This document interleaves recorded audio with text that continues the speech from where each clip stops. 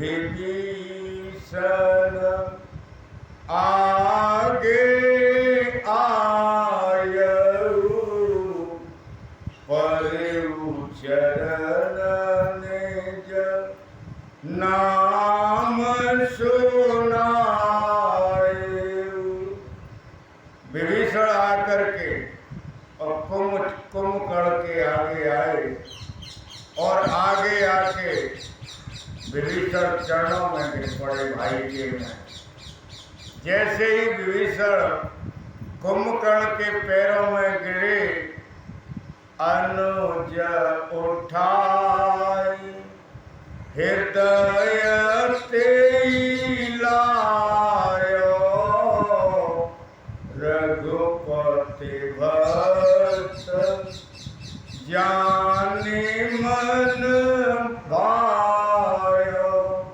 अपने छोटे भैया विभीषण को और कुंभकर्ण ने अपने हृदय से लगा दिया।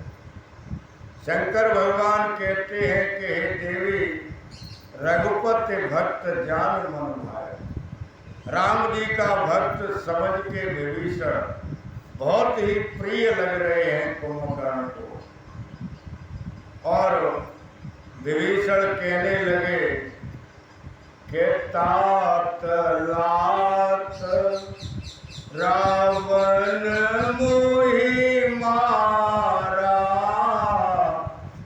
कहत परम हित मंत्र विचारा। विभीषण कहते हैं कि हे भैया, रावण ने मेरी लात मार के मुझे बजा दिया। मैंने उसके हित के लिए ही बात कही, लेकिन फिर भी और उसने मेरे लात मारी। तो उस लात को खा करके तेही गलाने रघुपति पाई आयऊ, देखे दीन प्रभु के मन भायऊ। विभीषण कहते हैं कि हे भैया, उस लात की और मेरे मन में गिलानी है। उस गिलानी के कारण मैं राम जी के पास में आया। तो राम जी ने मुझे दीन जानकर और मुझे अपना लिया, अपनी शरण में ले लिया। कुंभकर्ण कहता है कि हे विभीषण, सोने सोत भयऊ कालवश रावण, सुखी मान अब परम सिखावन। कुंभकर्ण कहने लगा कि हे विभीषण, रावण तो काल के वश में होगा, क्योंकि उसका काल आ गया है, उसका समय आ गया। इसलिए अगर कोई भी नीति और धर्म की उससे बात कहे तो उसको किसी की बात अच्छी नहीं लगती। और कहते हैं कुंभकर्ण के धन्य धन्य ते धन्य विभीषण, भयऊ तात निश्चर कुलभूषण। कुंभकर्ण कहता है कि हे विभीषण, धन्य है भैया तेरे। हे मेरे छोटे भैया, तू तो इस राक्षस वंश में और गहने के समान है, एक आभूषण के समान है। और कहते हैं कुंभकर्ण के बंधु वंश ते कीन उजागर, भजेउ राम शोभा सुख सागर। कुंभकर्ण कहने लगा कि हे छोटे भैया विभीषण, विभीषण, तूने तो हमारे वंश को और उजागर कर दिया, स्वच्छ कर दिया, पवित्र कर दिया।